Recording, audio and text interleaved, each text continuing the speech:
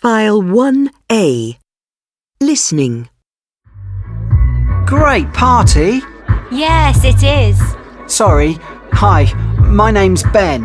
I'm Sandra. What do you do, Sandra? I'm a nurse. How about you? Me? Oh, I'm a student. A student? Really? What university do you go to? Manchester. I go to Manchester University. I'm in my second year of medicine. Do you like it? Yes, I do. I like it very much. What do you think of the music, Sandra? Do you like it? No, not really. What kind of music do you listen to? I like rock music. Do you? Who's your favourite band? Muse. I really like Muse. Me too. Did you go to the concert last month? No, I didn't. Was it good? Yes, it was excellent. I'm sorry you missed it. Do you do any sport or exercise, Sandra? Yes, I play tennis. Ah, nice. I play rugby. I'm in the university team. Are you? Yes, I am. But I play tennis too. Perhaps we can play together one day. Maybe, but I usually play with my boyfriend. Your boyfriend? Yes, here he is. Wayne, this is Ben. Ben, Wayne. Hello. Nice to meet you. Hi. Look at the time. Must go. Some friends are waiting for me. Bye, Sandra. Bye.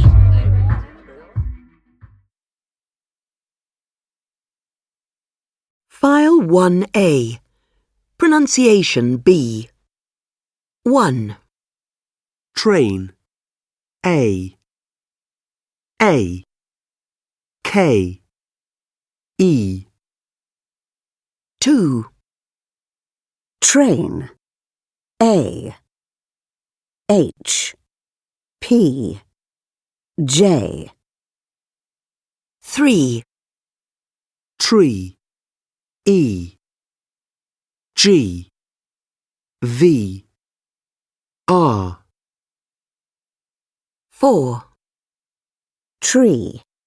E M C D 5. Egg E N B F 6. Egg. E X S K 7. Boot U Q I U File 1A. Pronunciation D. 1. Instrument. 2. Program. 3. 13. 4. 30. 5.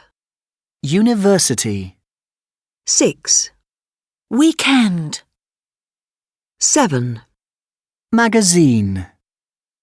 8. Sister. 9. Language. 10. Address.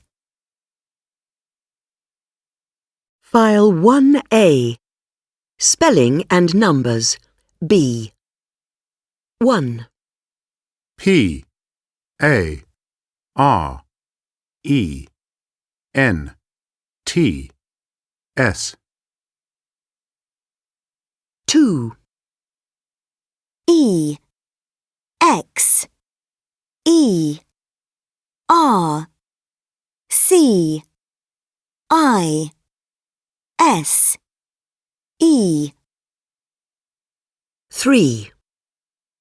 B R E A K F A S T 4.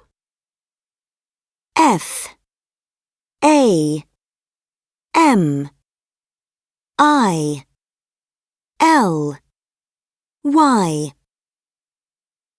5, C I N E M A 6, T H O U S A N D 7, T E A C H E R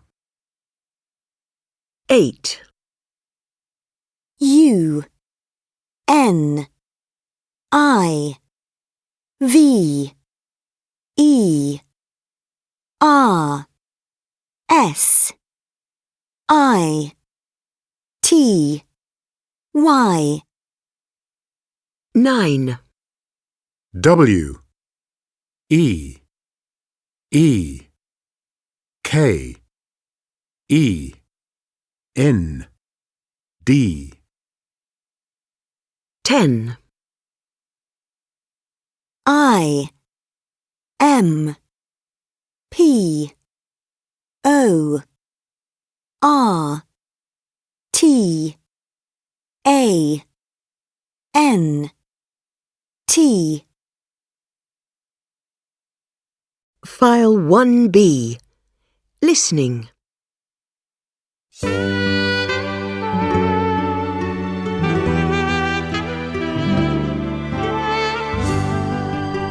Hello and welcome to Love Online. Today, we'd like you, the listeners, to call in and tell us about your experiences of online relationships. And, oh my, that's quick. We already have our first caller. Hello.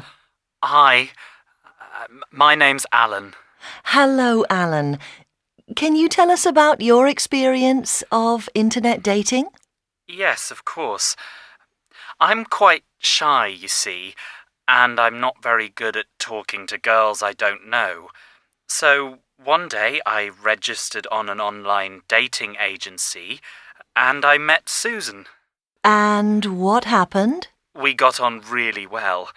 In fact, after 4 months we bought a house together, and now we've got a beautiful little boy called Sam. Oh, congratulations, Alan. Thanks for calling. Now I think we have another caller. Hello? Hi, I'm Kate. Hello, Kate. What can you tell us about Love Online? Well, I decided to try a dating site because I work long hours and I don't have time to meet new people.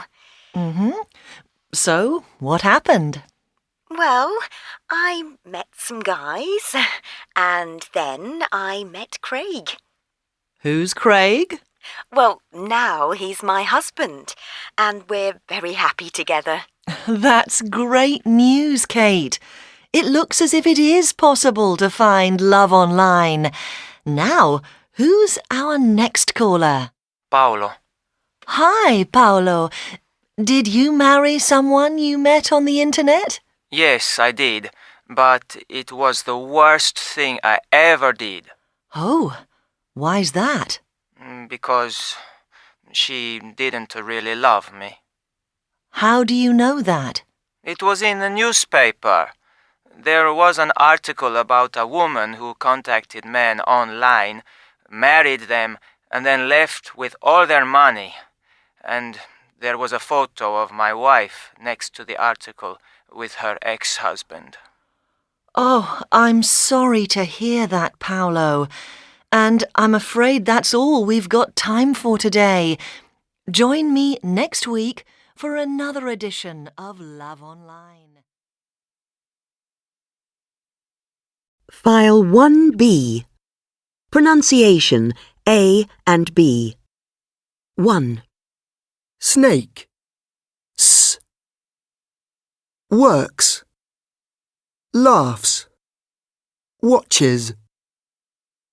2, snake, s, lives, thinks, drinks, 3, Zebra, z, nose, rains, likes.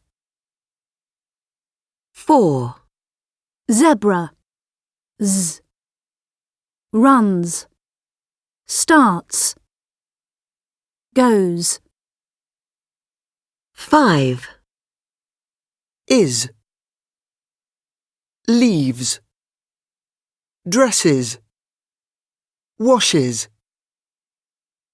6, is, teaches, cooks, misses. File 1B. Pronunciation D. 1, Talkative. 2, Extrovert, 3, Unfriendly. 4, generous, 5, Moustache. 6, serious, 7, Curly.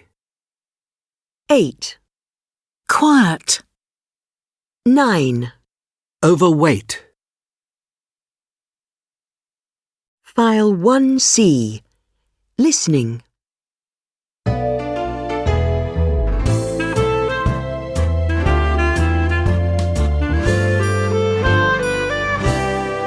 And now for the latest news in the art world. If you're in Paris this weekend, you might like to visit the new David Hockney exhibition called Fresh Flowers. As the name suggests, most of the pictures depict flowers. However, these are no ordinary flower pictures, because Hockney uses his iPhone or his iPad to draw them. Hockney started painting on his iPhone during the winter of 2008. At the time, he was staying at his home in the north of England, where he has a beautiful view out of his bedroom window. One morning, he picked up his iPhone and used his fingers to paint the sunrise. He was very pleased with the result and started experimenting with other pictures. Now, he sends his friends a different flower picture every morning. They love it. Fresh Flowers is on at the Fondation Pierre Berger Yves Saint Laurent in Paris until January the 30th. The exhibition shows the drawings Hockney made on an iPhone and the pictures he drew on an iPad. The gallery is open from 11 a.m. to 6 p.m. from Tuesday to Friday, and admission costs €5. Don't miss this show. It will be a bright moment in your day. File 1C. Pronunciation. Computer. Cardigan. Fashion. Sandals. Sweater. Trainers. Trousers. bird, prefer, shirt, skirt, t-shirt, third, world. File 2A. Listening. Speaker 1. When I was 17, I went on holiday with my parents to Brittany in France.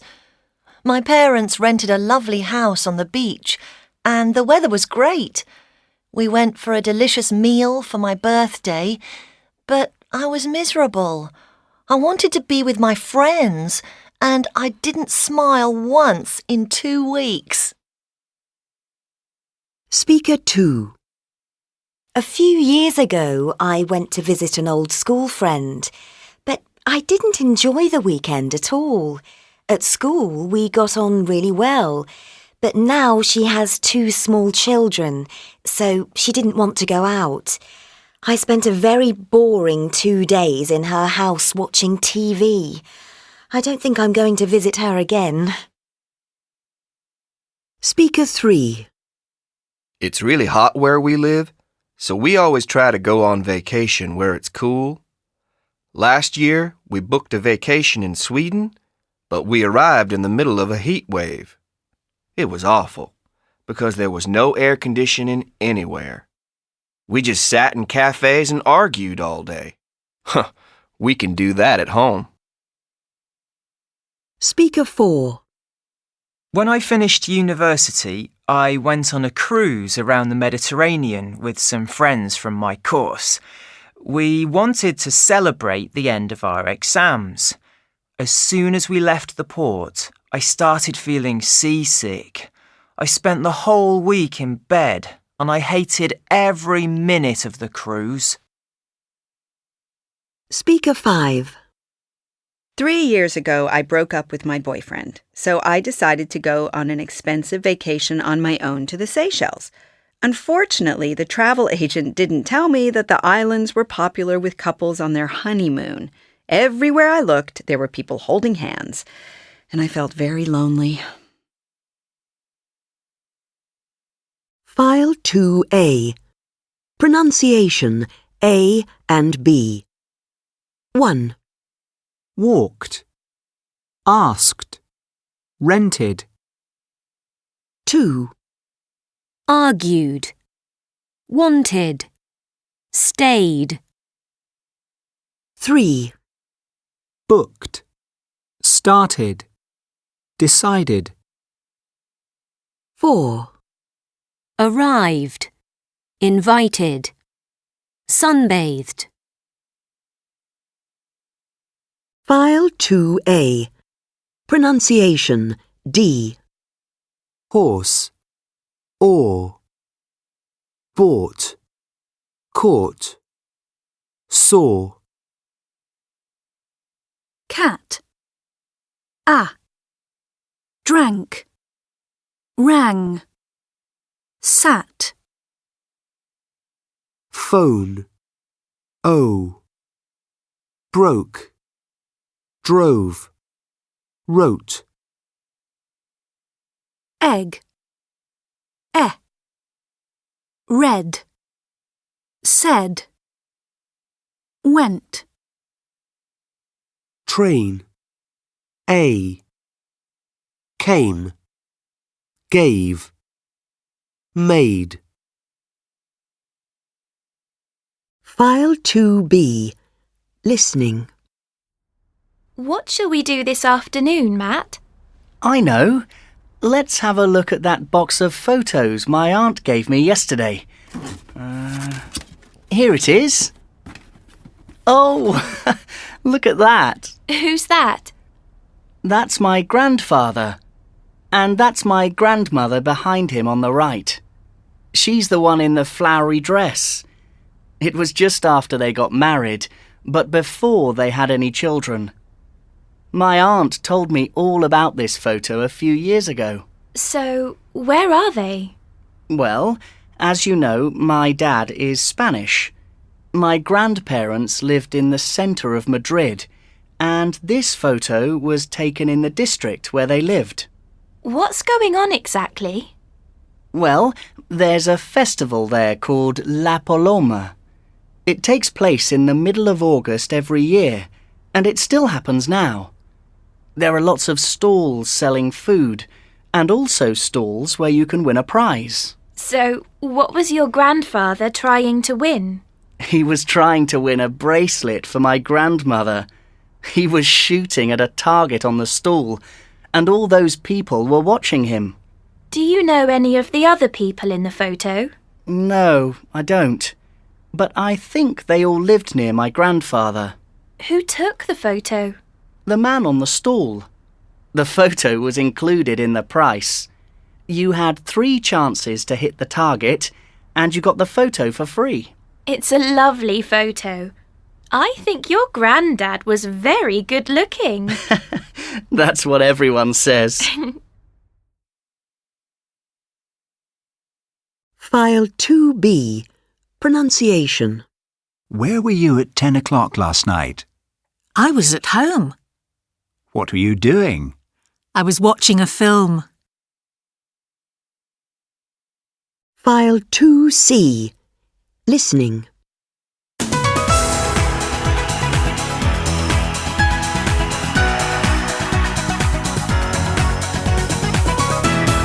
Hello and welcome to the programme.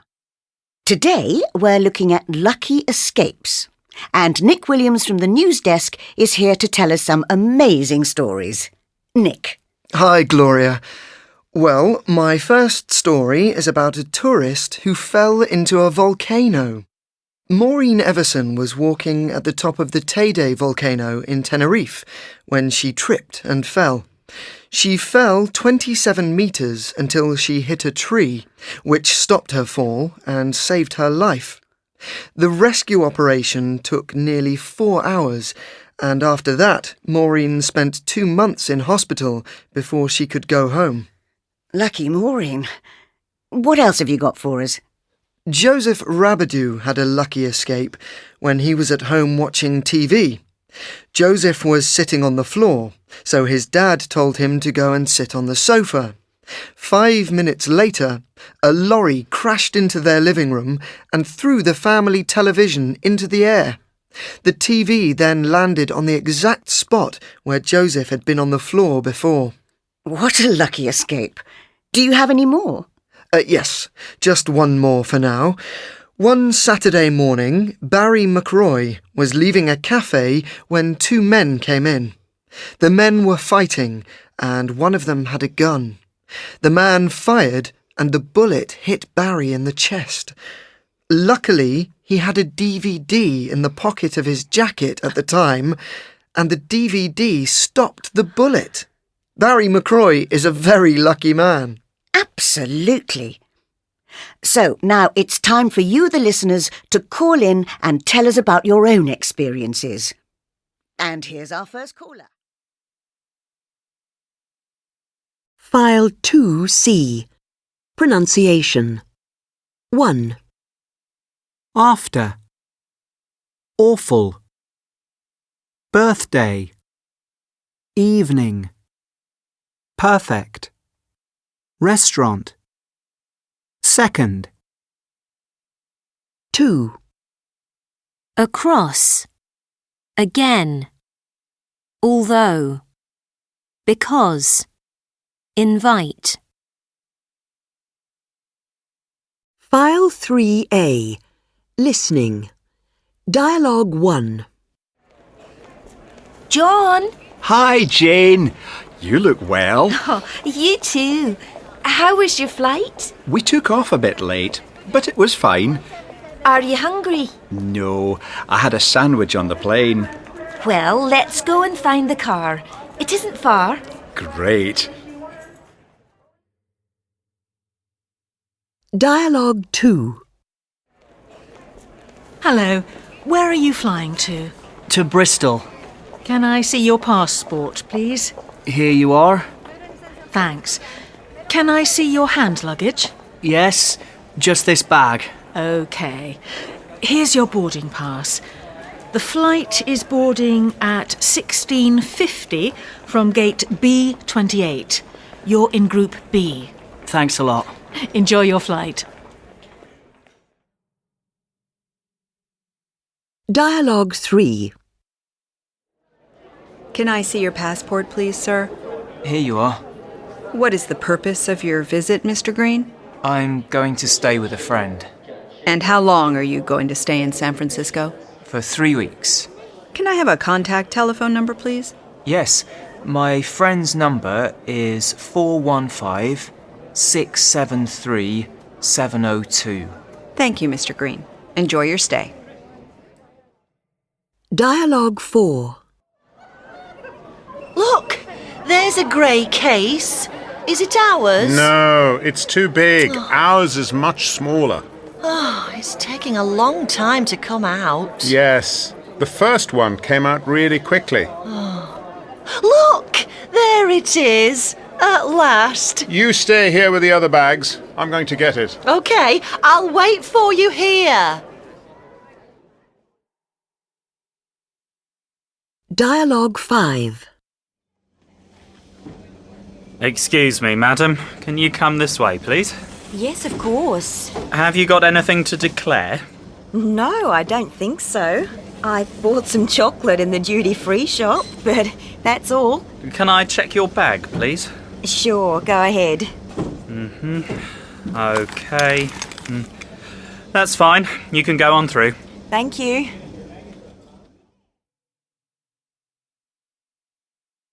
File 3A. Pronunciation. 1. Are they going to meet you at the airport? 2. I think we're going to be late. 3. I'm not going to forget my passport. 4. What time are you going to arrive? 5. She's going to take the lift. File 3B. Listening. Hi, Dawn. I hear you're going to be on holiday next week. Yes, I am. And I'm really looking forward to it. What are you going to do? I'm going interrailing with a friend. Interrailing? I did that when I was a student. I travelled around Europe with very little money, not much food, and no sleep. It was fun, but I don't want to do it again. Ah, but you see, interrailing as an adult is very different. Really? In what way? Well, you can travel first class now, and you don't have to go for a whole month. How long are you going for? I wanted to go for 2 weeks, but work's so busy at the moment. So, just a week. And which countries are you visiting? Italy and France. We're starting in Venice, then we're going to Verona, and then Milan. We're stopping off in Paris on the way back because I want to visit the Louvre. What about sleeping arrangements? Are you sleeping on the train like all the students do? No, only on the night train from Paris to Venice. We have a 2-bed sleeping compartment. And we're having dinner in the dining car of the train. Apart from that, we're sleeping in hotels. They're already booked. Well, it sounds like a different kind of trip to the one we went on as students.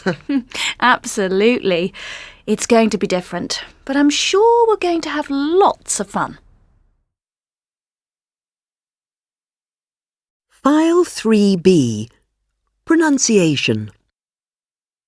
Would you like to go away for the weekend? I'd love to. Are you free this weekend? Sorry, no, I'm working on Saturday. What about next weekend? What are you doing then? Nothing. Next weekend is fine. Great. Do you like walking? I love it. OK. Let's go to Devon. The countryside is beautiful. File 3C. Listening. Hello and welcome to the world of words. Today we're going to look at word games. So let's start with the most popular of them all, Scrabble. Ricky Jones from the National Scrabble Association is here to tell us all about it. Ricky, who actually invented the game? Well, it was an American called Alfred Mosher Butts. Butts was an unemployed architect, and in his free time he did a lot of crosswords. These crosswords gave him the idea for a game, which he called Lexico. The game had the same letter tiles as Scrabble, but no board. Players used the letter tiles to make words. They scored by adding up the points on each of the letter tiles. Later, Butts introduced a board and a set of rules, and changed the name to Criss-Cross Words. How did Butts decide how many points to give each letter? He counted how many times each letter appeared on the front page of the New York Times. Then, depending on the frequency of each letter, he gave it between 1 and 10 points. The most common letters, like the vowels, got only 1 point, because they are easier to use.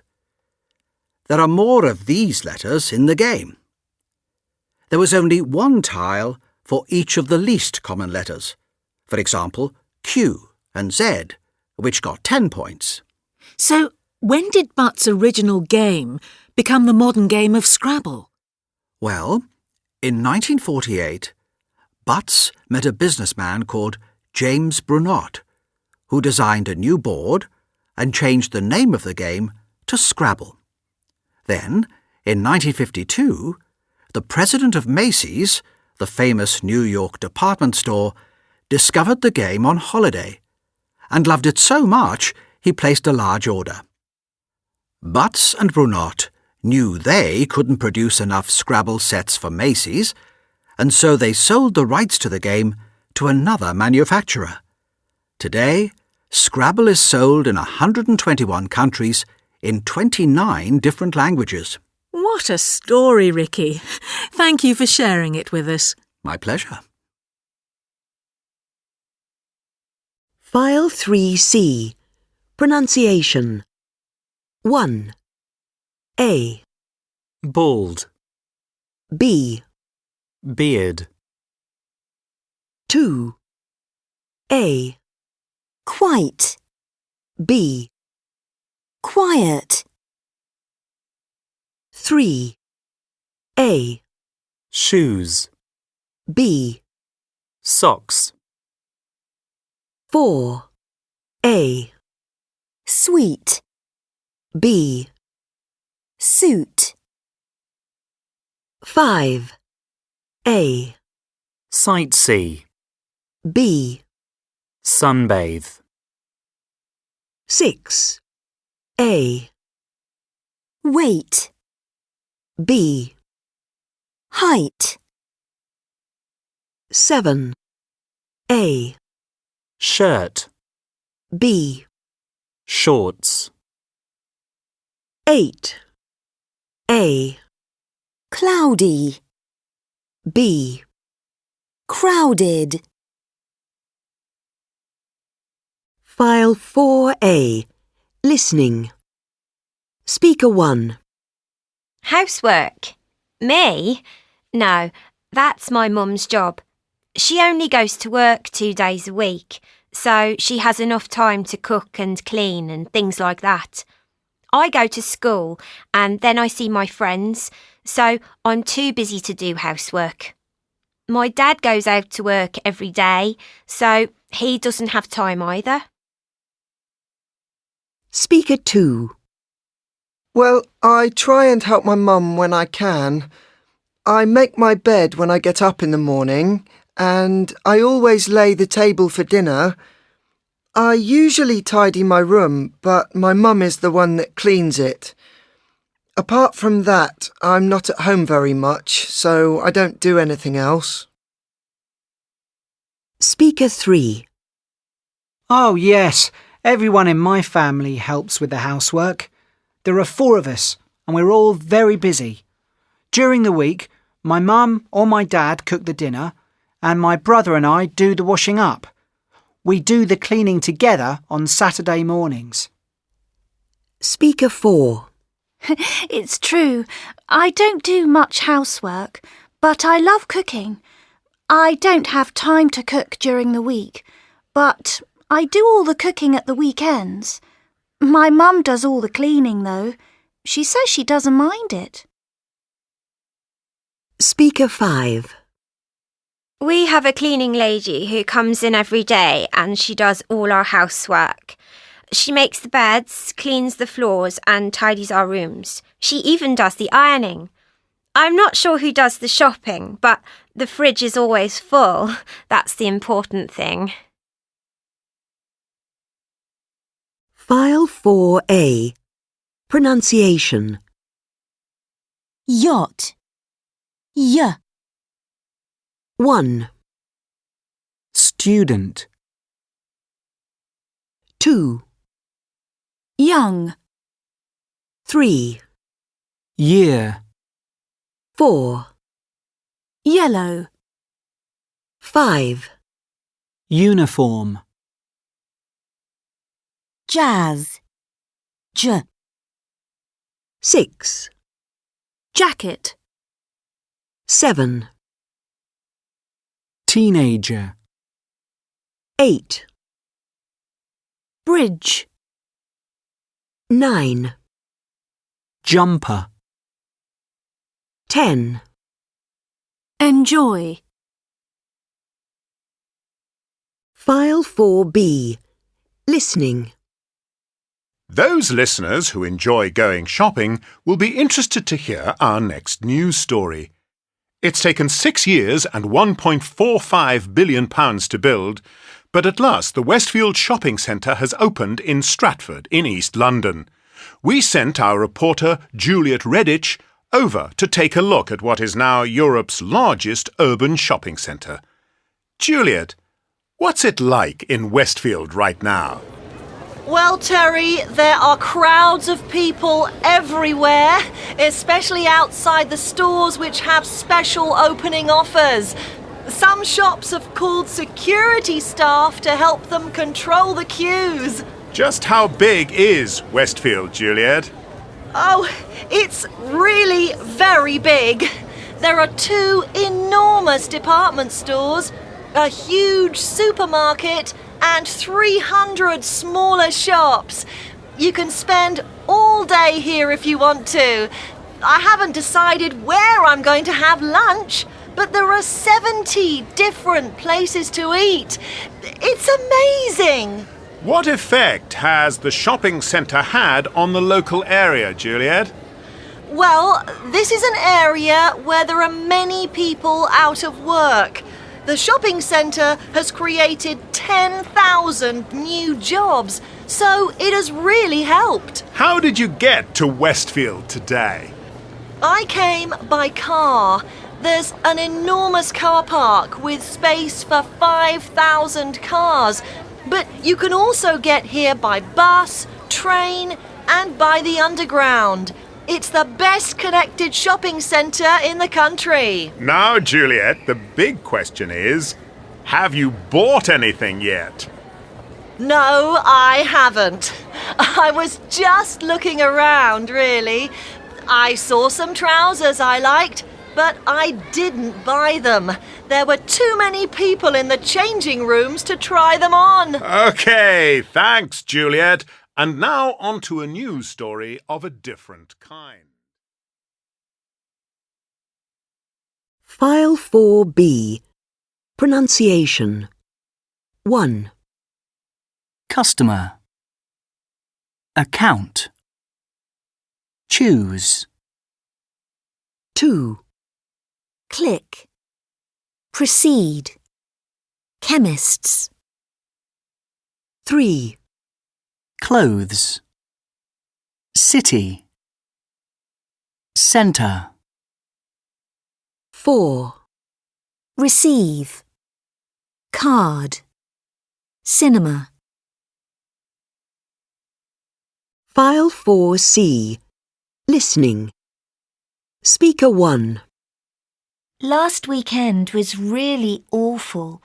My boyfriend and I went camping in the Lake District with some friends, and it rained the whole time. It was really depressing. We had to stay in the tent and play cards all day, which was okay to begin with. But then my boyfriend got bored. He started complaining about the weather, then about our friends, and finally about me. We had a terrible argument, and in the end we came home on Saturday night. I'm never going camping again. Speaker 2. My weekend was fantastic.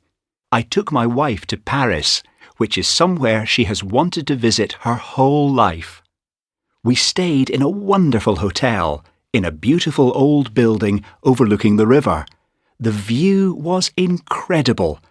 We ate some really great food, and although it was quite cold, we had a very nice walk around the city. The best bit was that it was a surprise for my wife. I met her after work on Friday, and we drove straight to the airport. She had no idea where we were going. Speaker 3. I haven't got much money at the moment, so I didn't do anything special this weekend. But actually, I had a really good time. I visited a local museum with some friends. All the museums here are free, and they have some interesting exhibitions about places like Egypt, Rome, and India. We then watched two of my favourite DVDs on Saturday night, and on Sunday, I invited my parents to my flat and I cooked dinner for them. Not a bad weekend, really. Speaker 4. My brother and his wife stayed with us this weekend. They have 3 children, and we spent the whole time playing with them. We took them swimming, we went to the zoo, and on Sunday we went to the park. They have so much energy, and they're really noisy, especially in the morning when they wake up, which is usually around 6 o'clock. I was completely exhausted by Sunday night, but it was lovely to see them. File 4C. Pronunciation. 1. Egg. Clever. Anything.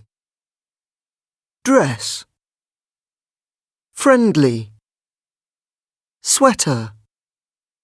Website. 2. Phone. O. Clothes. Coat. Don't. Goes. Home. Photos. 3. Up. Customer. Funny. Gloves. Lunch. Nothing. Something. File 5A. Listening. Speaker 1. Well, I haven't been here long, so I haven't had time to make many friends yet. After I get home from work, I spend most of the evening online, chatting with friends and family back home. Twice a week, I have classes to try and learn the language. Most of my colleagues speak really good English, but I haven't been out with them yet. Speaker 2. I guess you could say I'm a bit depressed at the moment. Time goes really slowly when you've got nothing to do. I spend more time sleeping now, and I have a lot of time to do the housework. It doesn't take all day to make the bed and clean my room, so I get quite bored. I hope I find another job soon, because I really need the money. Speaker 3. My life has changed a lot now that I don't have to leave the house to go to work. Things aren't so stressful first thing in the morning now. I just get up, make a cup of tea and switch on my computer. It's strange communicating with colleagues online and not seeing them face to face. Sometimes it gets a bit lonely. Speaker 4. Oh, no, I never get bored. There's always so much to do. I like to get up early and read the newspaper while I'm having breakfast. Then I like to go for a walk and do a bit of shopping. After lunch, I go and pick up my grandchildren from school. We spend an hour in the park until their mum comes to get them. I'm really enjoying life right now. Speaker 5. This is the best thing that has ever happened to me. She's so beautiful that I seem to spend all day looking at her. I don't have time to see friends now, so I keep in touch with everybody by phone or online when she's asleep. We go shopping together, and I do more housework and cooking, but I don't get much sleep anymore. File 5A. Pronunciation. 1, Faster. 2, Center. 3, Parents. 4, Ago. 5, Children. 6, Patient. 7, Problem. 8, Communication. 9, Traditional. 10, Around. 11, Seconds. 12. Better. File 5B. Listening.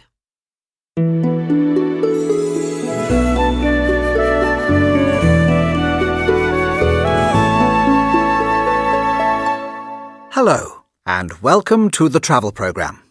Now, one of the most popular tourist destinations these days is the Republic of Croatia in the Balkans. Paula Wilcox, from the National Tourist Board, is here to tell us all about it. Paula, what's so special about Croatia? Oh, there's just so much to see and do there. First of all, there are historic cities like Zagreb, the capital, and Dubrovnik to visit. Let's start with Zagreb.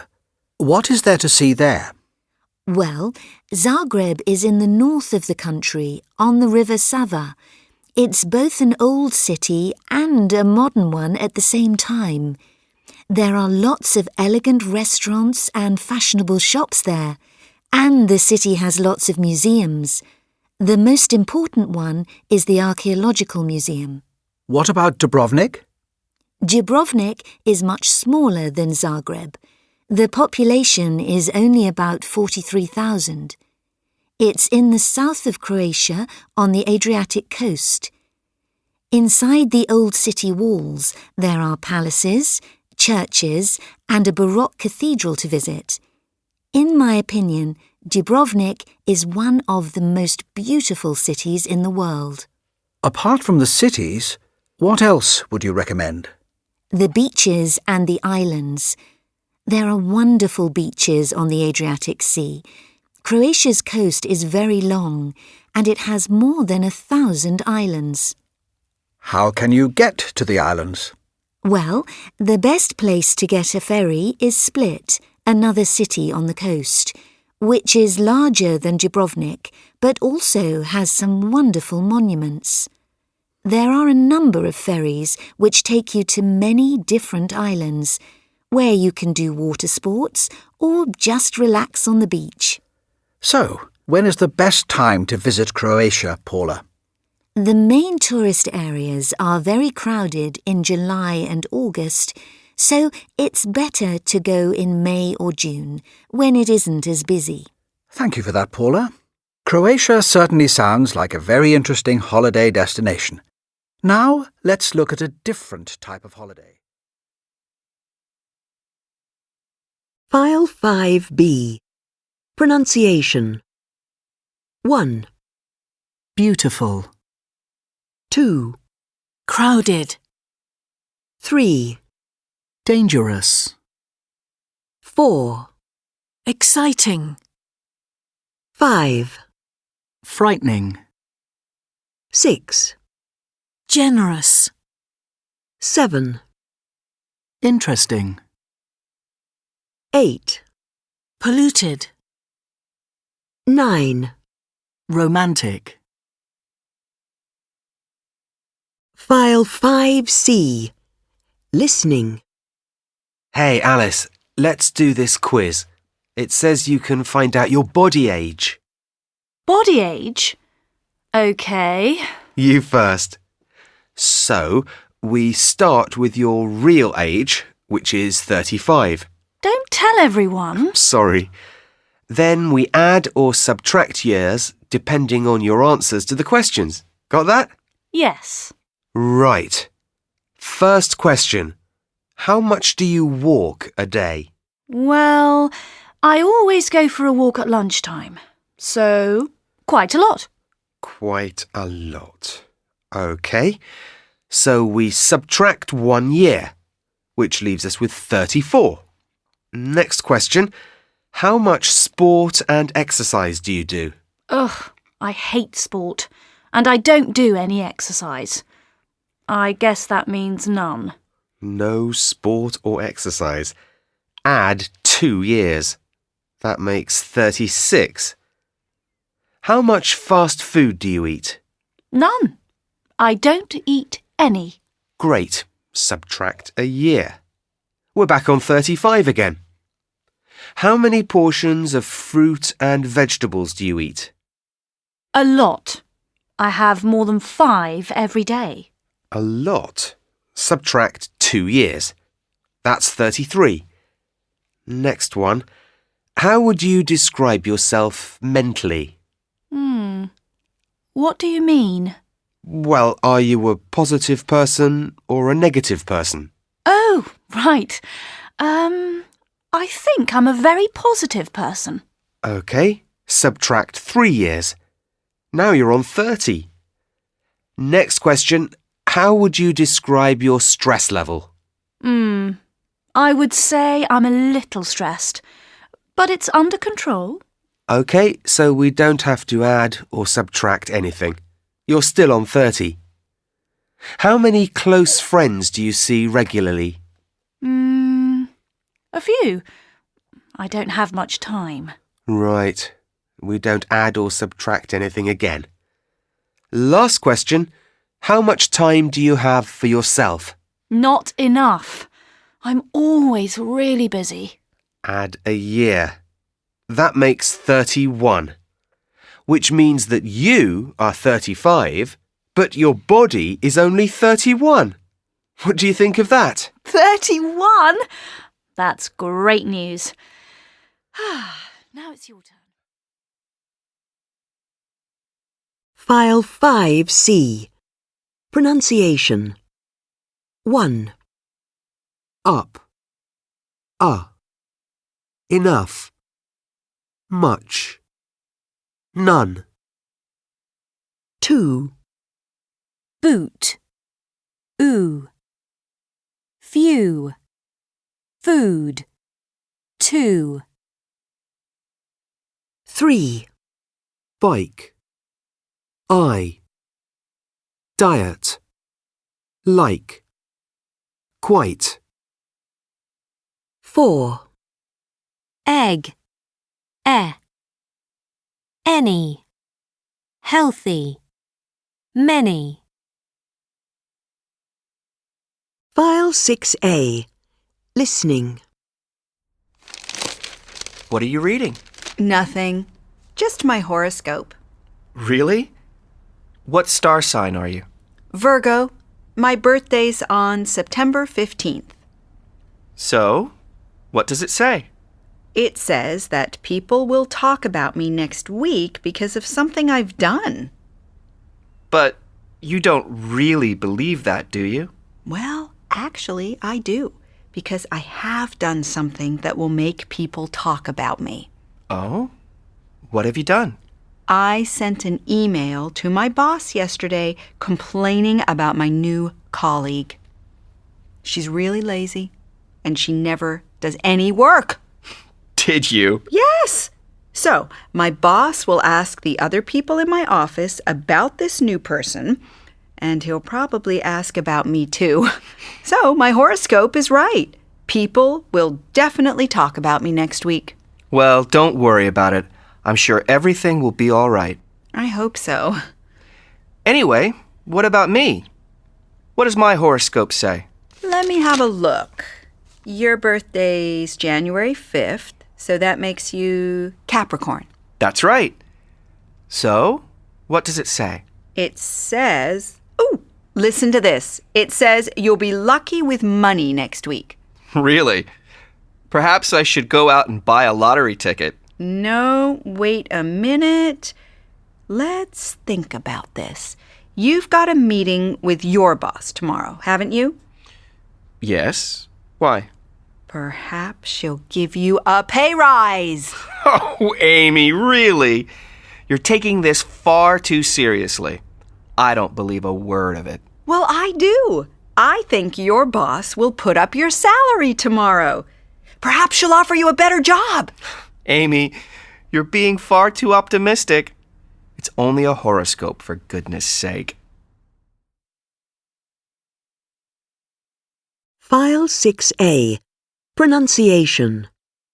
1, I'll learn a lot. 2, He'll meet somebody new. 3, You'll have a good time. 4, She won't get the job. 5, They won't lend you the money. 6. We won't arrive on time. File 6B. Listening. Speaker 1. I was on a holiday and I was looking round a famous palace when a man came up to me and asked me to take a photo of him. He gave me his camera, but it wasn't working properly. When I gave it back to him, he dropped it on the floor and it broke. I picked it up and went to give it to the man, but he was gone.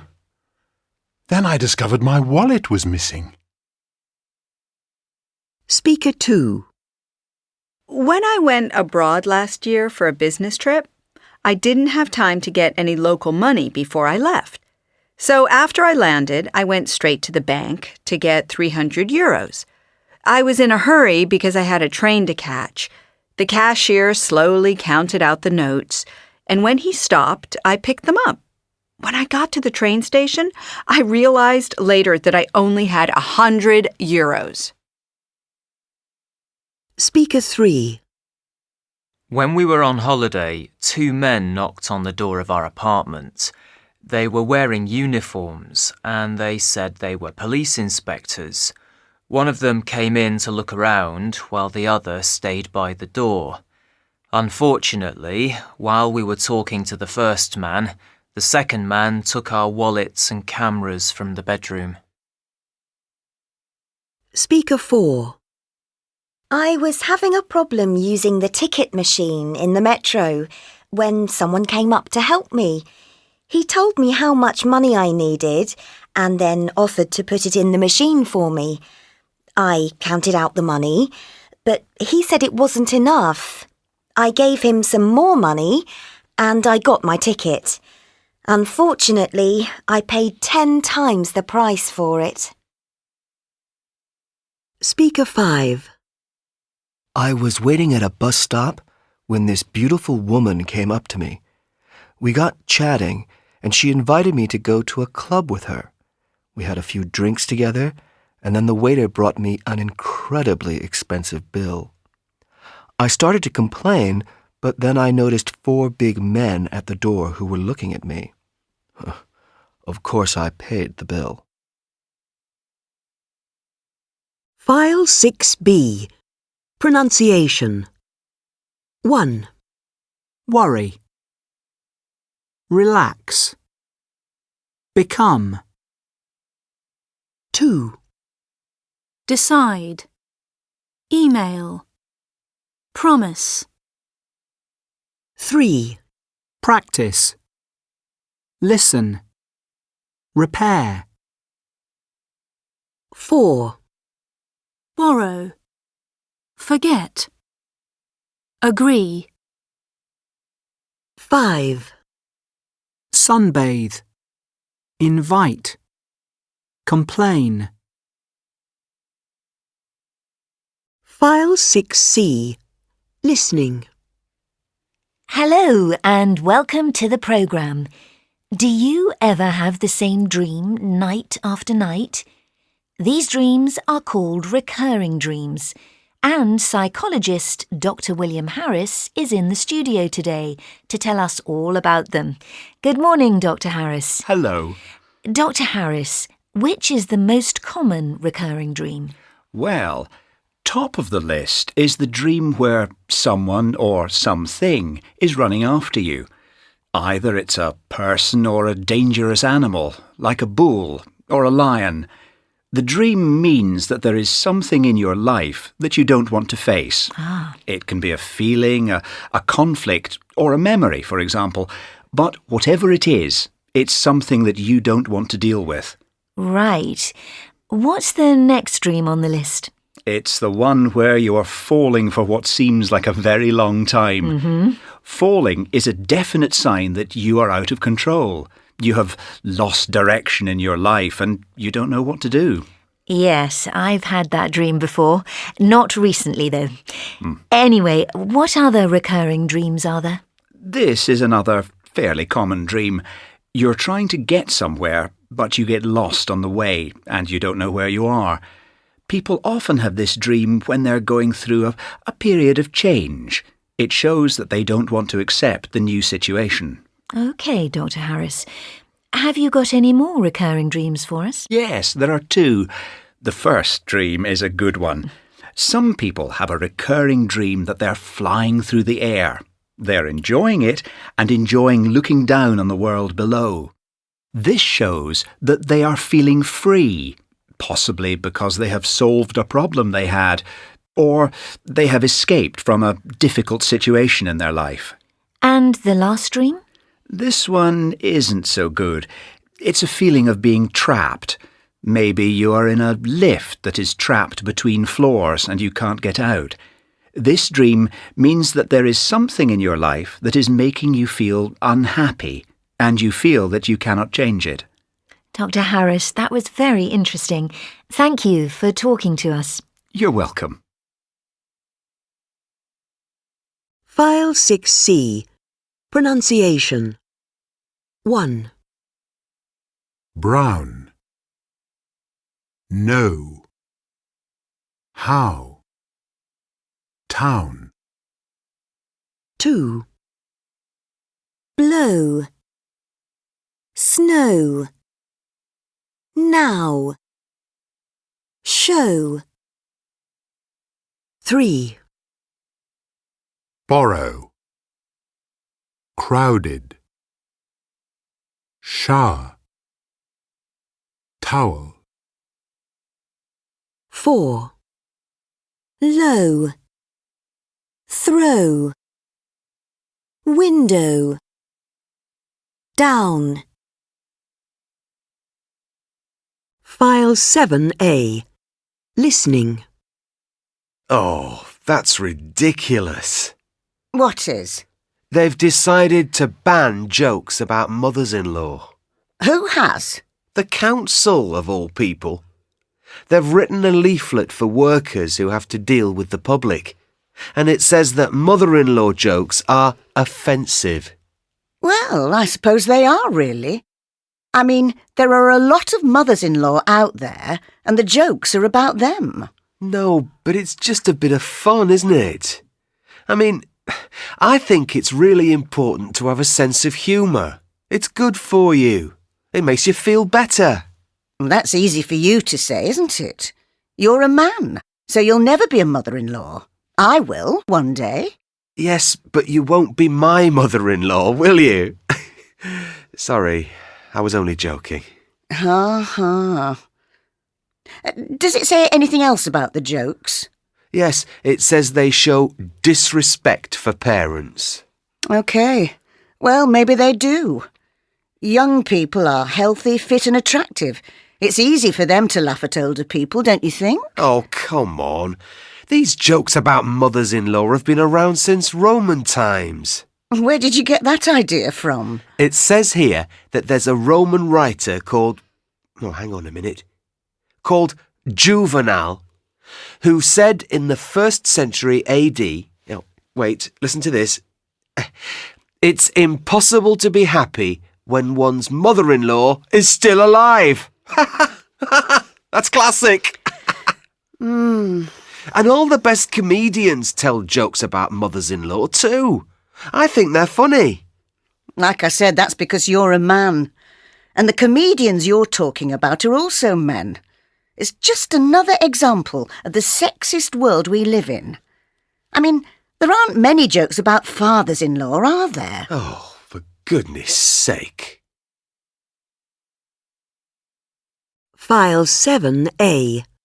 Pronunciation. 1. We want to know.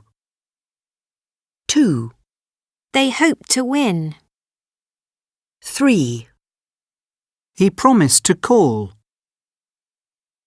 4, I don't know what to do. 5, She forgot to go. 6, It's important to remember. 7, I learned to swim.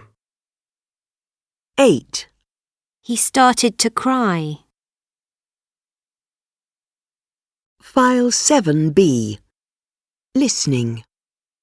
Speaker 1. I like singing while I'm having a shower. The bathroom is a great place to sing because nobody can hear you. At least I hope nobody can hear because I sing really loudly. I usually sing very old classic songs which I'd never sing in public. Speaker 2. I always feel like singing when I'm alone in my car on a summer's day. I turn up the radio, open the window and sing along to whatever comes on. I don't do this in the middle of town, of course, only if I'm driving through the country, but I must say I find it really relaxing. Speaker 3. I've always really enjoyed singing with the kids I teach. I'm a primary school teacher. Young children love singing and they like it even more if the songs have actions. It's amazing how much they learn from songs. There are alphabet songs, counting songs and all sorts. We always have lots of fun when we're singing together. Speaker 4. Actually, I can't sing very well at all, so I'm always really embarrassed if I have to sing in public. When I was at secondary school, I had to be in the school choir, but I never actually sang. I just mouthed the words and pretended to sing. Speaker 5. When I'm out with my friends, we sometimes go to a karaoke in the center of town. It's one of my favorite places, as we always have a good time. We spend most of the evening singing together, and nobody seems to mind if we do it badly. In fact, it's better if we do sing badly, as it makes everybody laugh. File 7B. Pronunciation. 1. Fish. I. Miss. Mind. Skin. With. 2. Bike. I. Promise. Hire. Kind. Size. 3. Fish. I. Practice. Finish. Service. Surprise. 4. Bike. I. Arrive. Engine. Invite. Online. File 7C. Listening. And here's some good news for one of the world's endangered languages. There are nearly 6,000 languages in the world today, and experts say that nearly half of them are dying out. That means that around 3,000 languages will disappear in the next century or so. One language in danger of dying out is the Cherokee language, spoken by the Cherokee people of North America. Or at least it was in danger until the leaders of the tribe decided to do something about it. They got worried when they realized that only 8,000 of the 290,000 Cherokee people in the world today actually spoke the language, and they came up with a plan. They got in touch with the electronics company Apple and asked them to include Cherokee on the official list of languages used on their products. At first, it seemed impossible that Apple would take any notice of the Cherokee, as their products already had 50 languages on them. The big surprise came in September 2006, when the Apple iOS 4.1 operating system was released with Cherokee on the official list of languages. Since then, the Cherokee people have been able to use their language on all Mac computers, iPhones, the iPod Touch, and the iPad. These devices were popular with the younger members of the tribe from the start, but now the older members are taking an interest too, especially those who use mobile phones. So, it looks as if the Cherokee language won't die out just yet after all.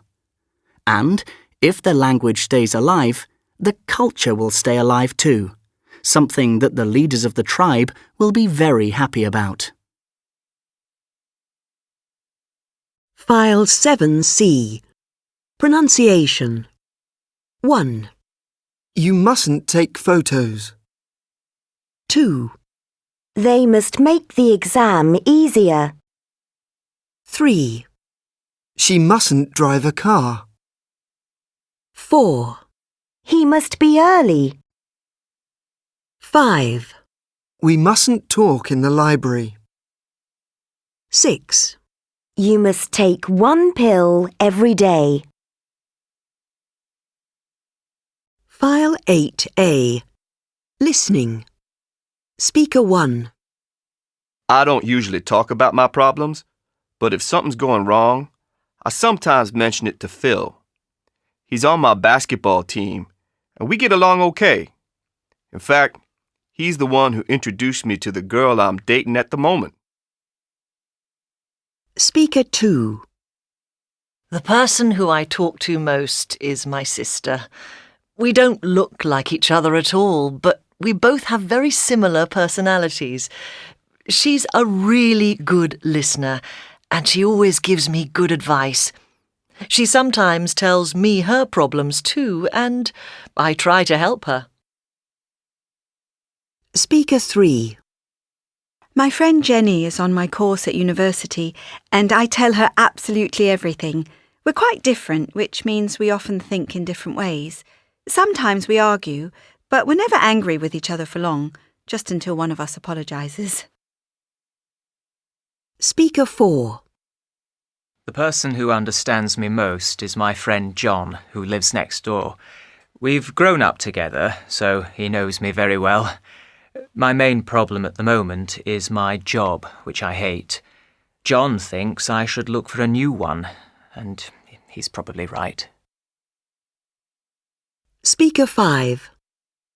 My gran lives with us, and I spend a lot of time talking to her. Although she's older than me, she's always interested in what I have to say. We've got quite a lot in common, and some things that have happened to me also happened to her when she was young. File 8A. Pronunciation. 1, Bull. O. Pull. Food. Wood. 2, Boot. Oo.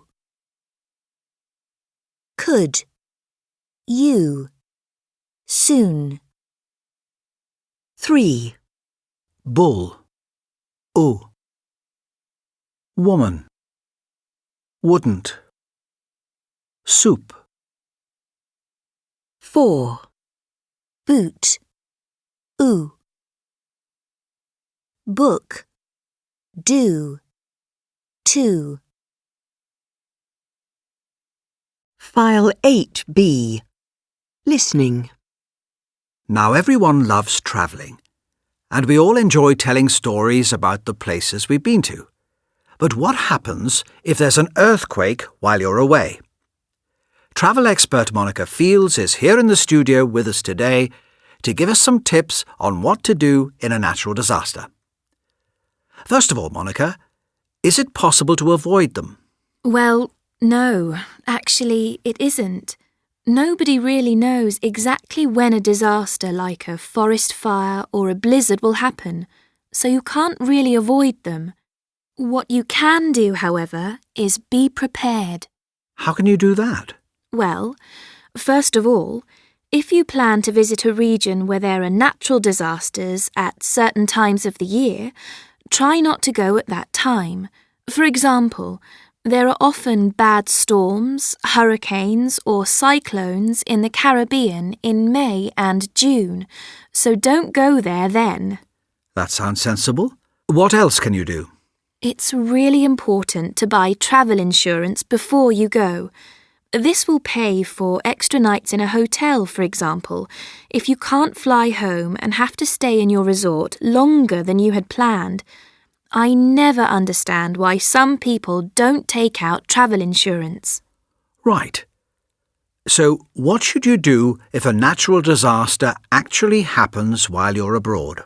The first thing you should do is to stay calm and be patient. That sounds easy, Monica, but natural disasters can be very frightening, can't they? Yes, of course. But if you panic, things will only get worse. Secondly, you need to contact your family and friends at home as soon as possible. If they hear about the disaster on the news, they'll be incredibly worried. Yes, I can see that. What else should you do? Well, it's always a good idea to know what your airline will do if there's a natural disaster. If you are flying to a country where natural disasters are frequent, you should ask your airline when you book your ticket if they will change your ticket if you need to leave the country quickly or if you have to stay longer because there is a natural disaster. Thank you for joining us, Monica, and thanks for your useful advice. File 8B. Pronunciation. 1, If I walk, I'll arrive late. 2, It'll be hot if you go in August. 3, If it rains, I'll get a taxi. 4, She'll get angry if we don't invite her. 5, If we get up early, we can go to the market. 6, If I don't understand the menu, I'll ask the waiter. File 8C. Listening. Did you watch TV last night, Helen? No, I didn't. What was on? There was a really interesting cooking programme on after dinner. Was there? What made it so good? Well, it was a sort of experiment, really. They were trying to answer the question, do men and women cook differently? Really? So what did they do to try to find the answer? They invited a male cook and a female cook to prepare 5 different courses of a meal. Both cooks had to use the same main ingredient for each course, but they didn't have to make the same dish. Then they served the dishes to a panel of judges who tasted them and decided if they were made by the man or the woman. Who were the judges? Well, there were 2 men and 2 women. They were all food experts, either chefs themselves or restaurant critics. What about the cooks? Were they professionals too? Yes, they were from 2 of the best restaurants in the country. And what sort of things did they cook? All kinds of things, really, but the only ones I remember are a meat dish with garlic and a bright pink dessert. What was so special about those 2 dishes? I remember them because the judges had real problems in deciding if they were made by the male chef or the female chef. In the end, they all got it wrong. So, did they manage to answer the question then? Do men cook differently from women? Not really. The only conclusion they came to was that it was impossible to tell if a particular dish was made by a man or a woman. That's all, really. So, it was a bit of a waste of time then, really? No, it wasn't. I really enjoyed the programme, even if they didn't answer the question. File 8C. Pronunciation. 1, Detective. 2, Distance. 3, Dollar. 4, Advantage. 5, Enjoy. 6, Completely. 7, Remember.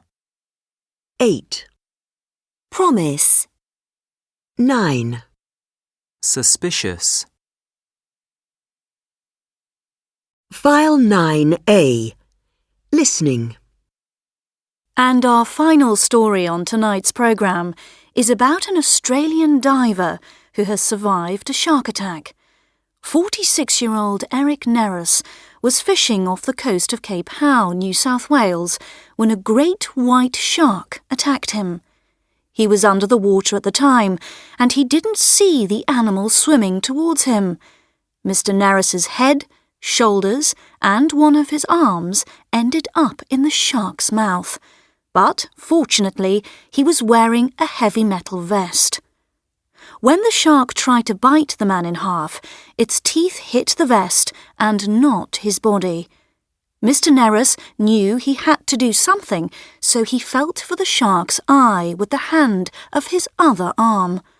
When he found it, he surprised the animal by pressing his fingers into its eye. The shark reacted by opening its mouth, giving Mr. Neris a chance to escape.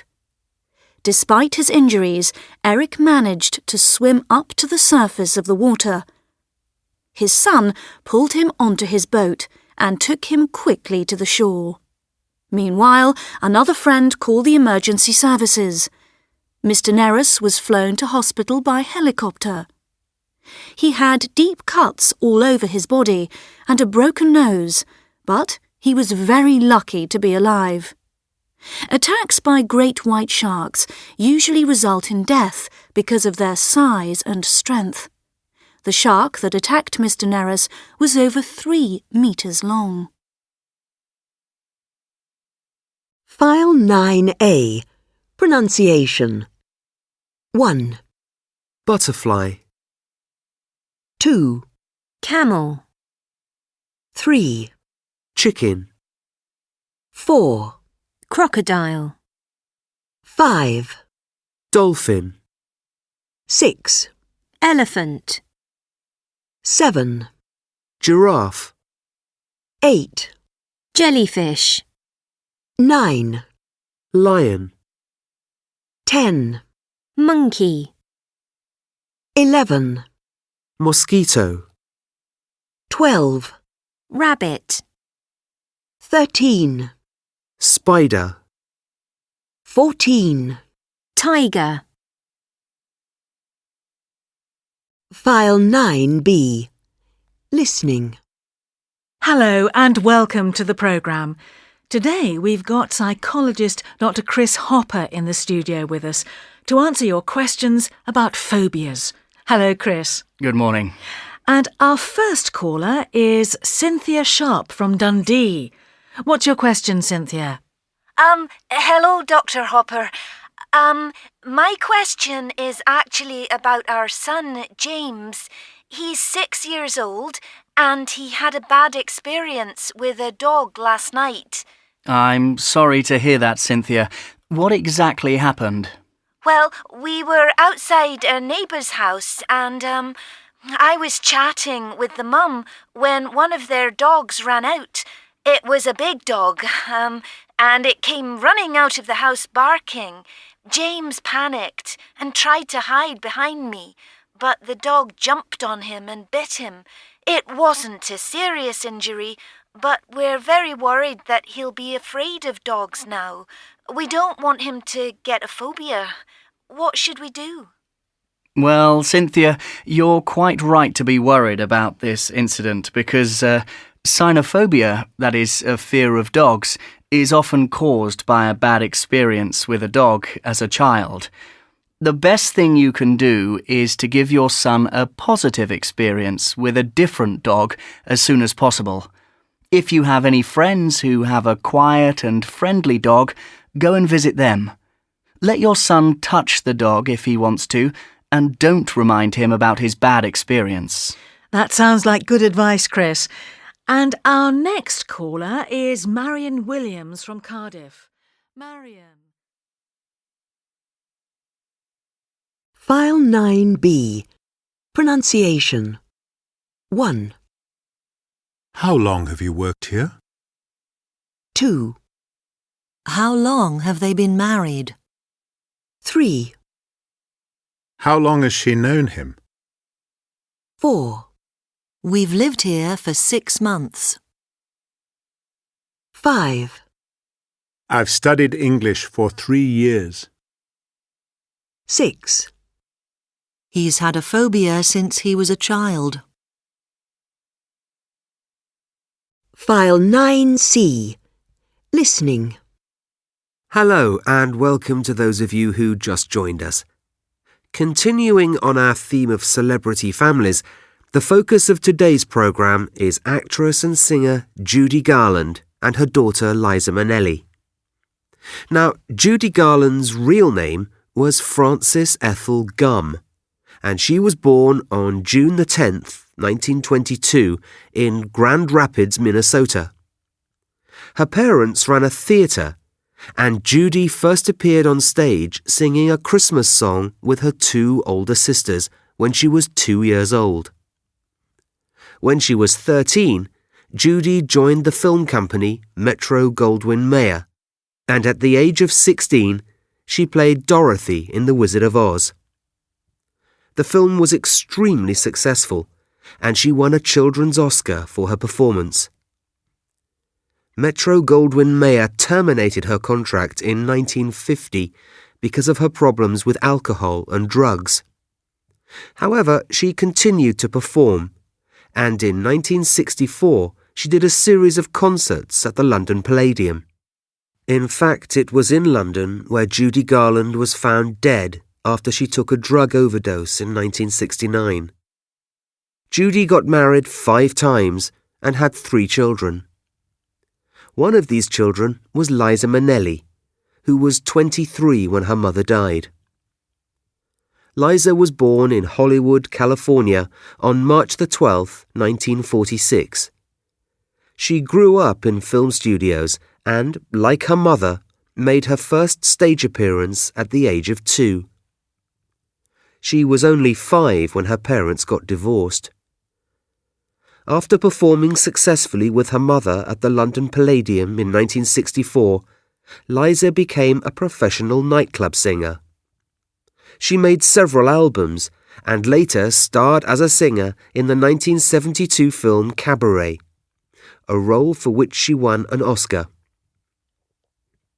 Despite her successful singing and acting career, Liza has had similar problems to her mother. She has been to rehab clinics several times because of her addiction to drugs and alcohol. She has also been married 4 times.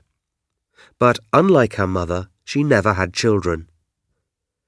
Today, Liza Minnelli is in her 60s, but she still makes occasional television appearances. File 9C. Pronunciation. 1, Children. Married. Primary. Secondary. Separate. 2, Award. Divorced. Musician. Retire. Successful. File 10A. Listening.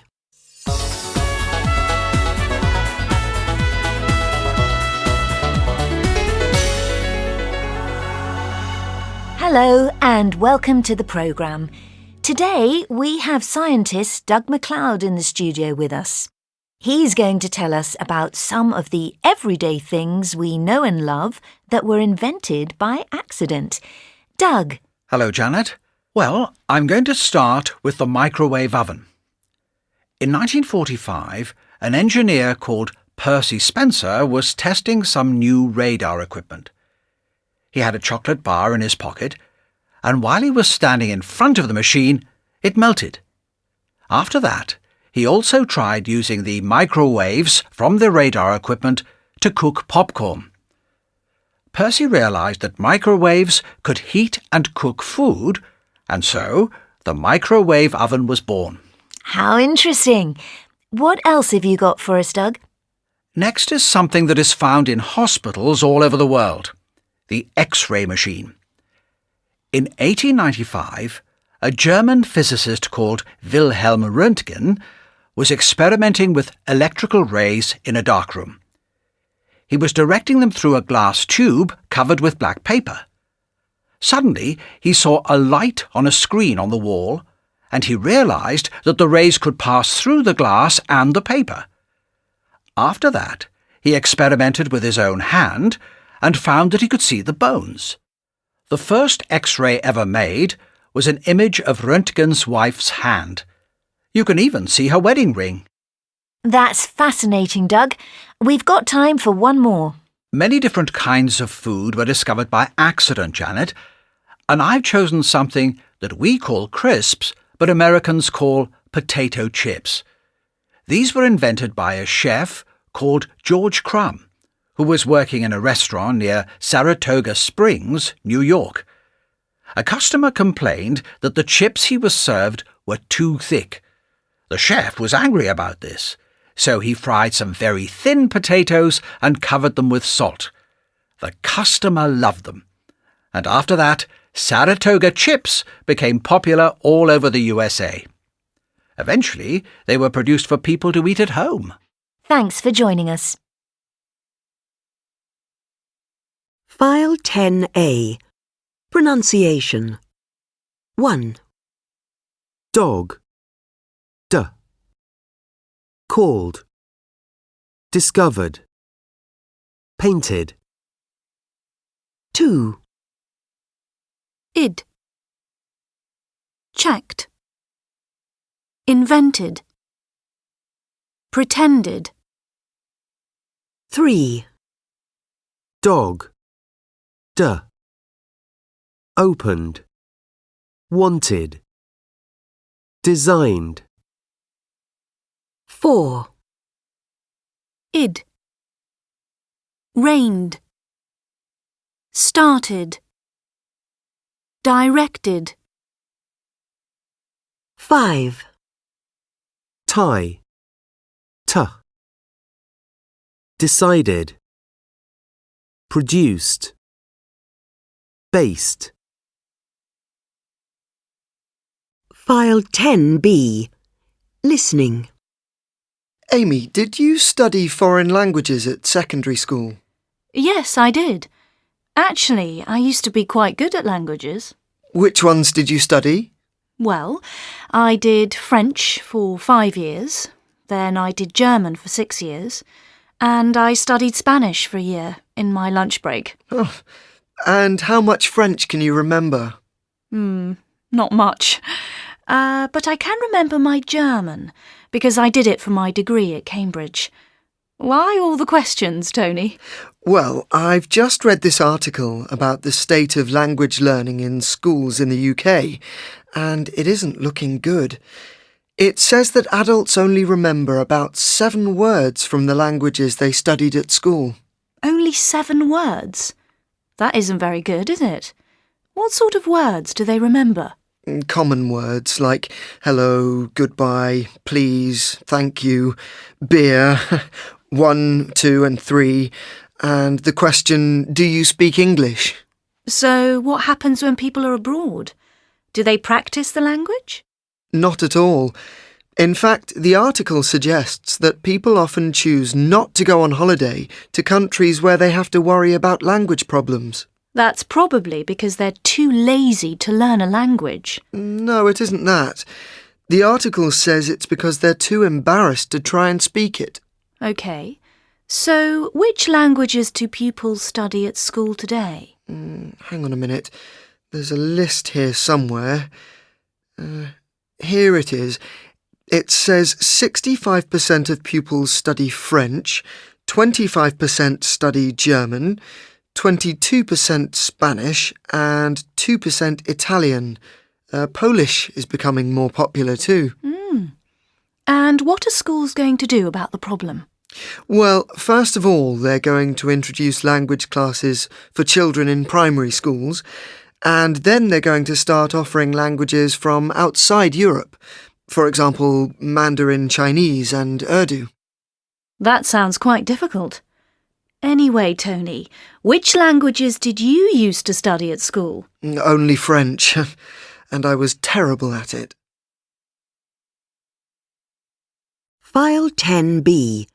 Pronunciation. 1, I used to be good at maths. 2, We used to hate the teacher. 3, She didn't used to like school. 4, They didn't used to wear a uniform. 5, Did you used to play football in PE? 6. Did your school used to open in the holidays? File 10C. Listening. Speaker 1. I made a bad decision once when I was travelling home to Plymouth from university in Manchester, a journey of nearly 450 kilometres. The choice was going by train or by bus, and I opted for the train as it was quicker.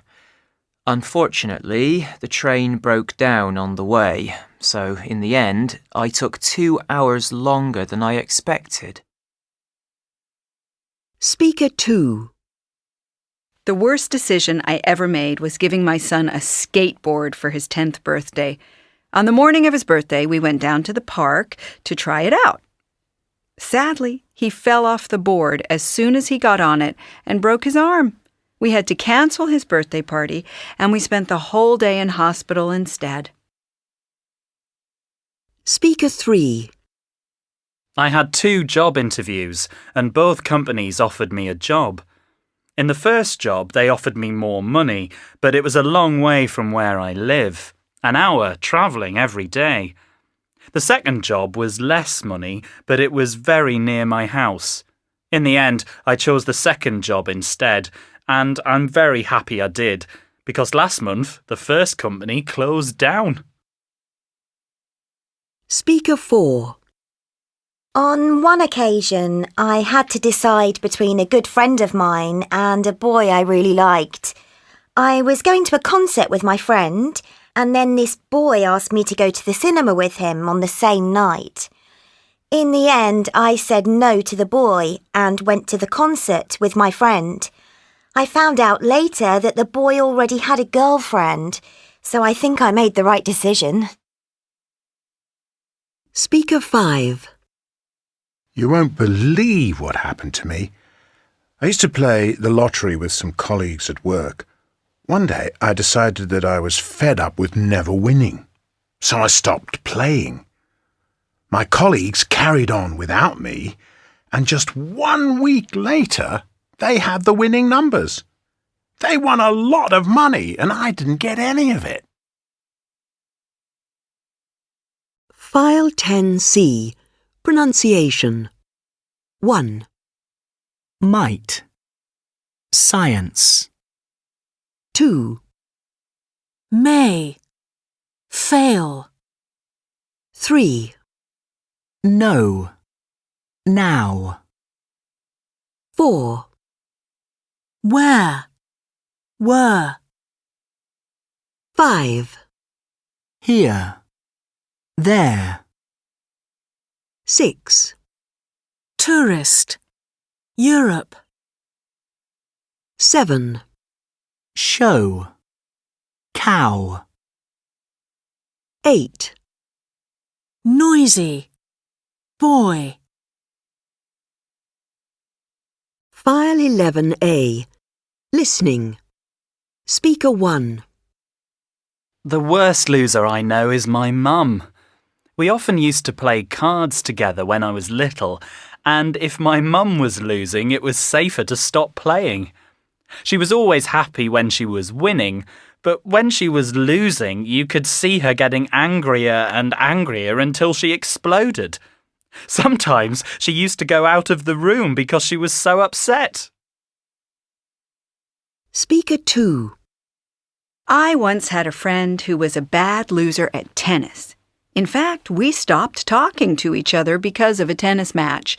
We were about 20 at the time, and on this occasion we were arguing over a point. I said the ball was out, and she said it was in. In the end, she just threw her racket into the net and left.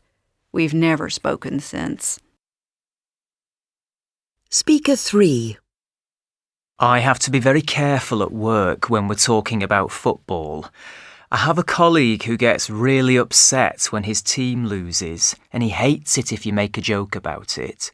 I tried it once, and he just stood up, walked out, and closed the door with a bang. He didn't speak to me for days after that, so I don't think I'll try it again. Speaker 4. My son is a very bad loser. In fact, he always has been. He's 12 now, but he still hates losing. We used to play board games together when he was little, but he always used to cry if he didn't win. I had to choose between letting him win all the time or making him upset if I won. In the end, I stopped playing that kind of game with him. Speaker 5. One of the guys who plays basketball with me gets incredibly upset during games, and he spends most of the time shouting at the other players. He's a really nervous person at the best of times, but when we're losing, it really is too much. The referee throws him off the court at least twice a month, and once our coach told him to go home. File 11A. Pronunciation. 1, Football. 2, Volleyball. 3, Motor racing. 4, Skiing. 5, Windsurfing. 6, Cycling. 7, Basketball. 8, Rugby. 9. Athletics. File 11B. Listening. Can I ask you about your job, Graham? Yes, of course. Go ahead. What time do you go to bed? Well, I don't often get home before 6 o'clock in the morning, and it usually takes me a little while to relax. It's probably about 7 by the time I go to sleep. And what time do you have to get up again? I usually get up at 1 o'clock to have lunch with my family. After that, I go back to bed again for an hour or so until about 3 o'clock. Do you need an alarm clock to wake up? No, I never use one. I wake up the first time when my children come home from school for lunch. The second time my wife wakes me up, that's when I get up properly. How do you feel when you wake up? It depends on the day, really. If I've only worked for a day or two, I'm full of energy. But if it's after the 5th or 6th night in a row, I'm absolutely exhausted.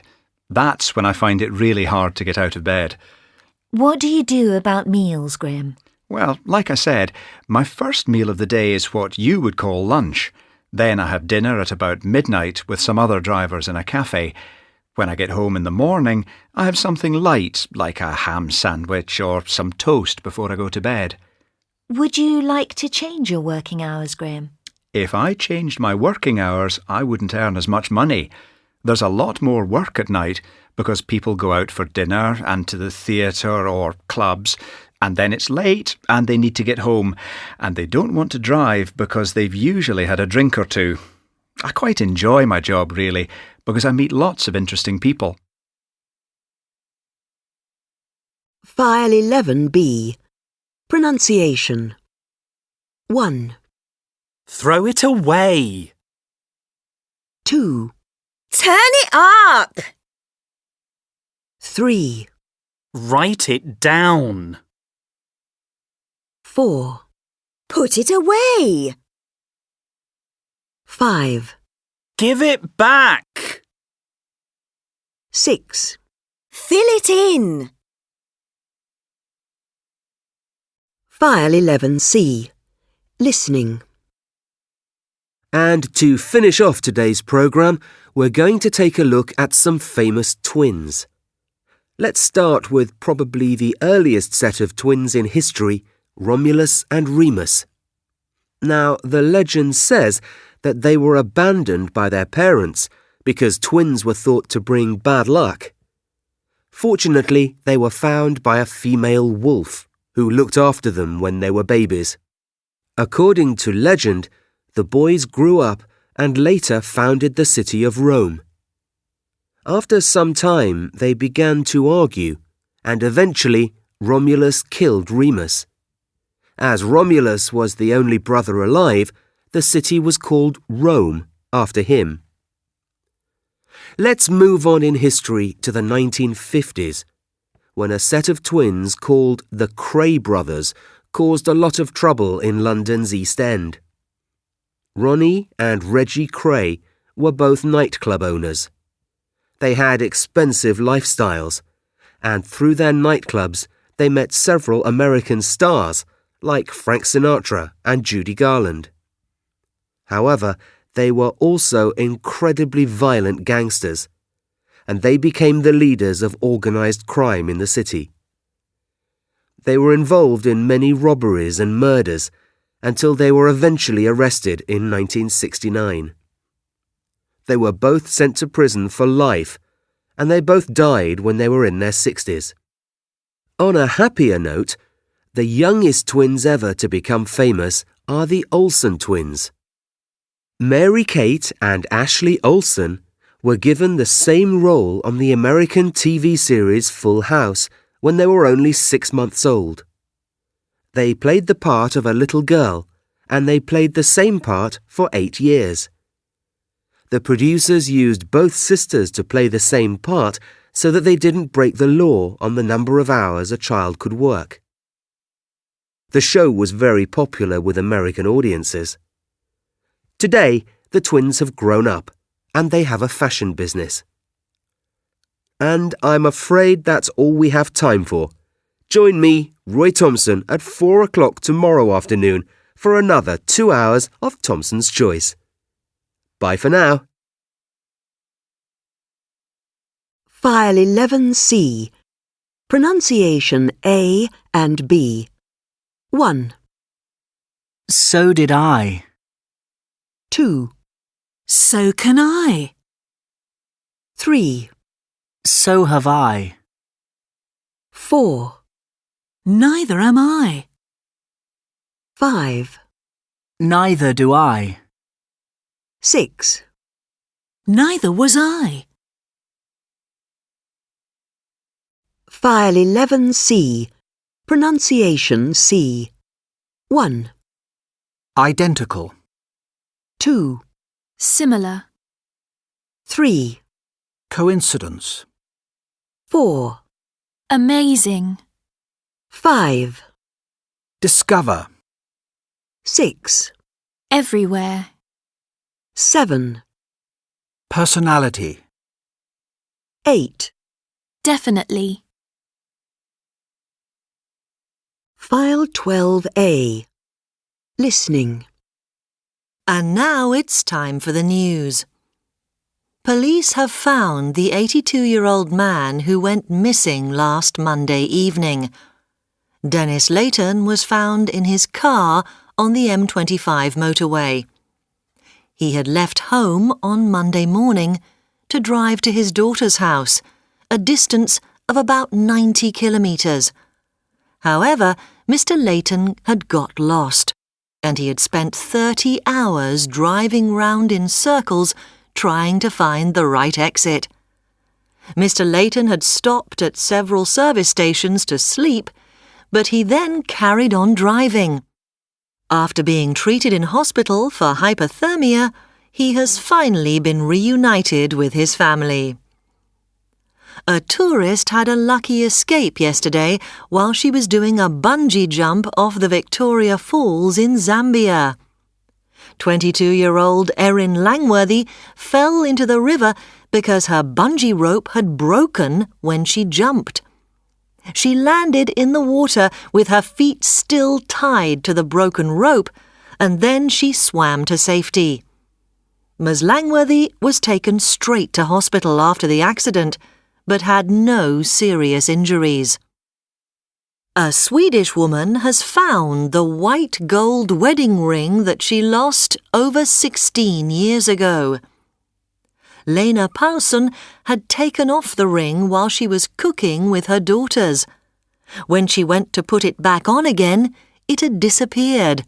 That is, until yesterday, when she was picking vegetables in her garden and she found the ring around a carrot. The ring doesn't fit Mrs. Poulson anymore, but she is going to have it made bigger. An Australian woman had a frightening experience last night when she discovered an adult crocodile in her living room. 42-year-old Jo Dodd got out of bed when she heard her dog barking. When she opened the bedroom door, she saw a crocodile in the middle of the room. Mrs. Dodd woke her husband, who called the local crocodile management centre, and a crocodile catcher came to take the animal away. The crocodile had escaped from a nearby crocodile farm earlier in the week. And that's all for now. I'll be back again at 9 o'clock for the next news bulletin. File 12A. Pronunciation. 1, He'd forgotten it. 2, We'd lost it.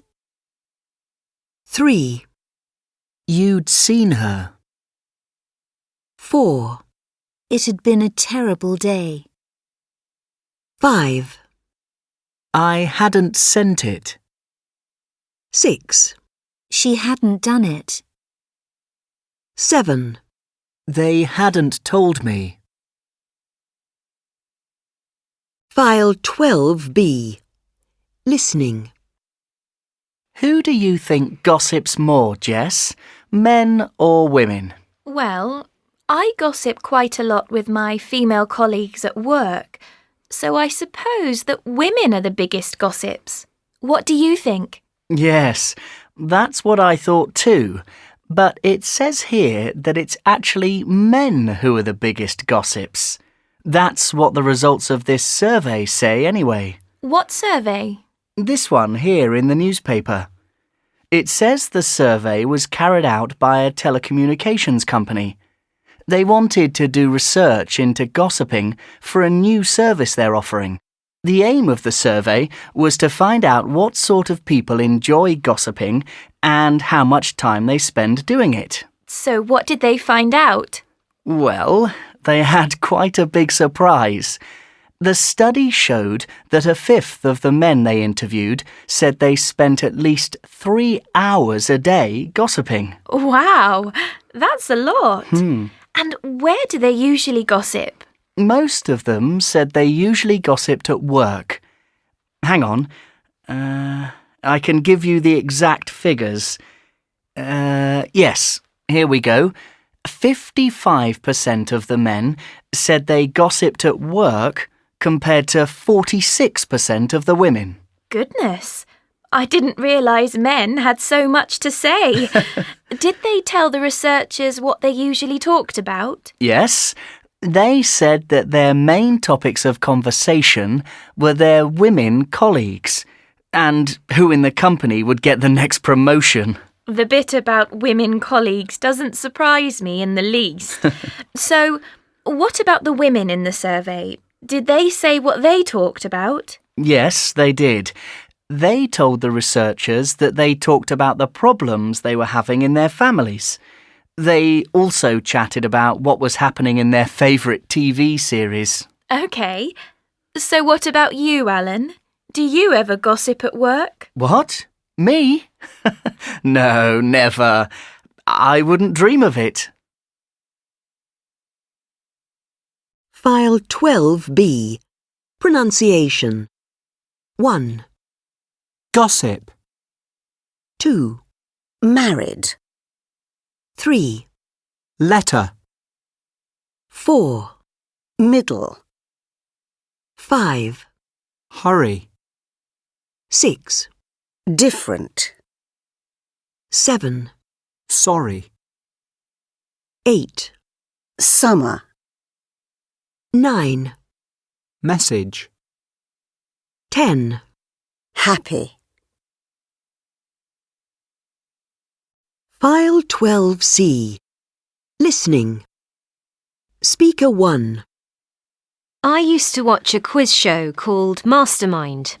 It was a very serious show, and the quiz master was Magnus Magnusson. Each of the 4 contestants had to answer 2 rounds of questions. Firstly, on their specialist subject, for example, Dickens or the Second World War, and then on general knowledge. The thing I remember most is the quizmaster's catchphrase, "I've started, so I'll finish." Speaker 2. My favourite quiz show is A Question of Sport. It's been on TV for years, since 1968 in fact. And although I don't watch it anymore, it's still very popular. There are 2 teams with the same captain each time, and all of the guests are sportsmen and women. The teams have to answer questions about sport, and the show is quite amusing actually. Speaker 3. I used to watch Call My Bluff, a quiz show about words. There were always 2 teams made up of a captain and 2 celebrities. Each team was given a word, a very unusual word, and the 3 team members had to give a different definition. One was true and the other 2 were false. The other team had to guess the correct definition. It used to be quite funny. Speaker 4. I've always enjoyed the quiz show Who Wants to Be a Millionaire? It started in the UK in 1998, and it's still on TV today.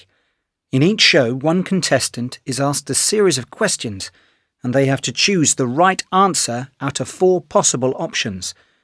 It's quite exciting, really, as the contestant can win up to £1 million if they're good.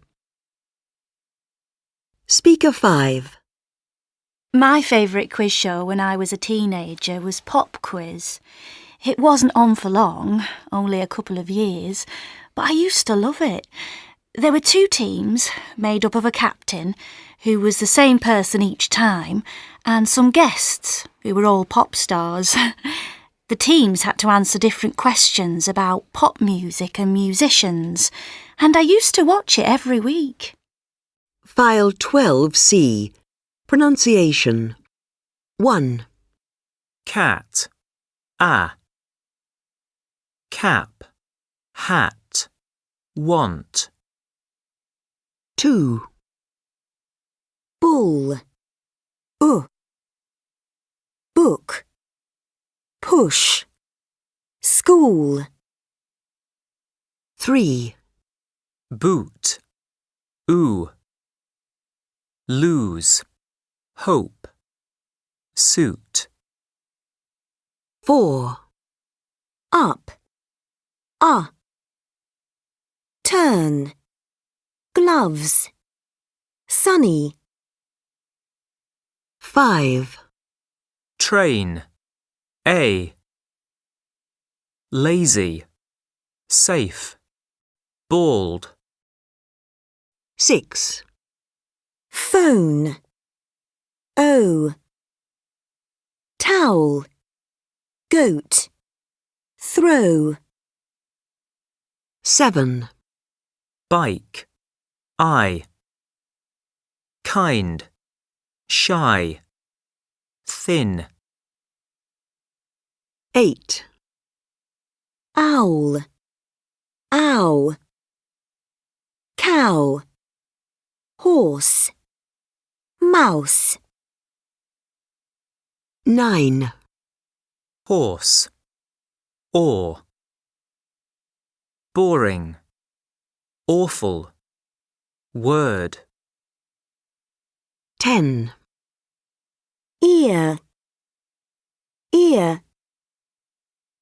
beard, earrings, wear. 11. Chair, air. Hair, scared, fear. 12. Key, crowded, city, across. 13. Chess, ch, ch, church, beach, chemists. 14. Jazz. J. J. Large. Forget. Giraffe.